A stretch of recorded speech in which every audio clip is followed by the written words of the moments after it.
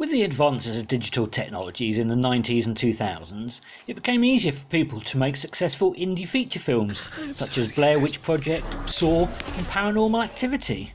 And the same thing's now happening in the video games industry. Smaller game studios putting out smaller indie games. We've probably not seen this since the early days of the bedroom coders and home computing.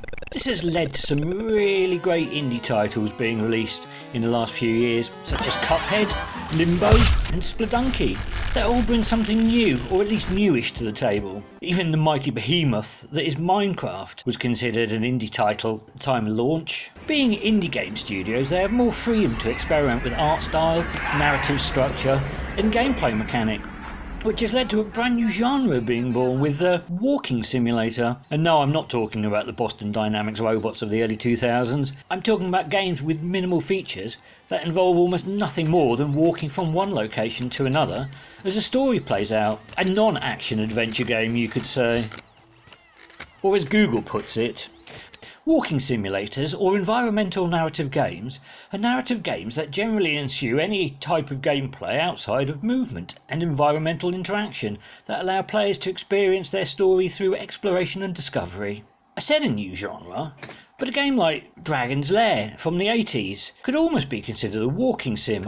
All the player did was press the correct button at the correct time to trigger the next pre-animated cutscene.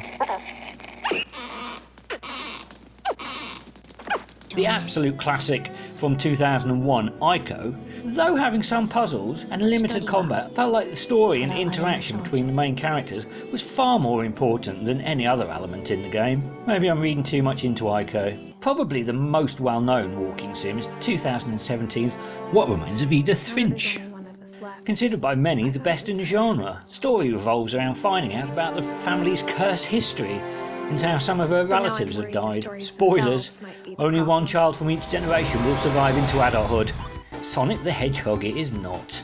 With the lack of features, no combat to speak of, limited puzzles and certainly no battle royale deathmatch lends itself to more complex storytelling.